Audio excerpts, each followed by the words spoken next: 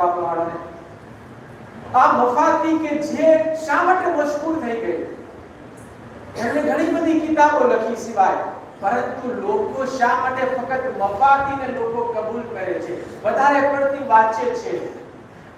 શું ઉલમાઓએ આના પહેલા દુઆની કોઈ કિતાબ નહોતી લખી? લખાણી હતી, પણ શા માટે મફાતી? મોમિનીના ઘરમાં જાઓ મફાતી મળશે, મસ્જિદમાં જાઓ મફાતી મળશે.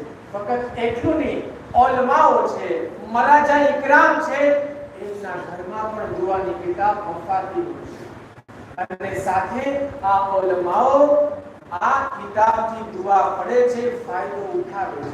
શા માટે? આ એક સવાલ કે જનાબે શેખ અબ્બાસ ઉમ્મીની કિતાબ શા માટે મશહૂર થઈ ગઈ? અસ્મતે જનાબે સૈયદા તવજ્જો. બીજી કિતાબો કે મશહૂર ન થાય એ પહેલા પણ ઇબ્ન તાઉસે કિતાબ લખેલી છે, એ કિતાબ કે મશહૂર ન થાય અને શેખ અબ્બાસ ઉમ્મીની દુઆની કિતાબ મશહૂર થઈ ગઈ. ઇબ્ન તાઉસની કિતાબોમાંથી શેખ અબ્બાસ ઉમ્મીએ ઘણી બધી દુઆ લીધેલી છે, છતાં પણ એમની કિતાબ મશહૂર ન થઈ. અને આ અત્યારના તમે દુનિયાના ખૂણે ખૂણે જાઓ, દરેક શિયાને પૂછો કે શેખ અબ્બાસ ઉમ્મી કોણ છે, તો કહી દેશે કે તે કે જેણે વફાતીઓ જીનાન લખી છે. શા માટે? ઈ શેખ અબ્બાસ ઉમ્મી કે જેઓ પોતાની જિંદગીમાં એટલા જીવતા ન હતા જેટલા અત્યારે વધારે પડતા જીવતા થઈ ગયા, એટલા માટે કે તેમને દરેક શિયા ઓળખે છે.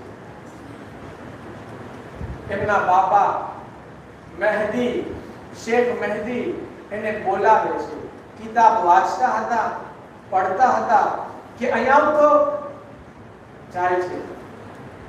શું છે?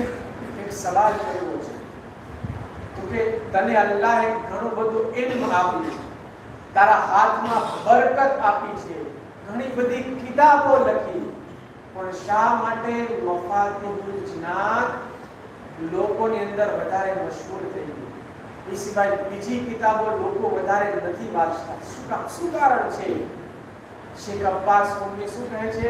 શેખ અબ્બાસ ઉમ્મી કહે છે કે જ્યારે મારી કિતાબ પૂરી થઈ ગઈ તો આ કિતાબ મેં લખી, તરત જ તે મારા દિલમાં ફાતિમાની મોહબ્બત આવી, એક અજીબ વધારે મોહબ્બત પેદા થઈ અને મેં કીધું કે આ કિતાબનો હદિયો જનાબ ફાતિમાને અદા કરું છું. અને અલ્લાહ સુબહાનહુ તબારક વ તઆલાએ જનાબ ફાતિમાને અસ્મત આપી છે, મર્તબા આપ્યો છે, પોતાનાથી કરીબ રાખ્યા છે, જેથી મેં એમને હદિયો કર્યો તો અલ્લાહે દરેક મોમિનના દિલમાં આ કિતાબને કરીબ કરી નાખ્યા. તો બાબા જે બલંદ સલ્લલ્લાહુ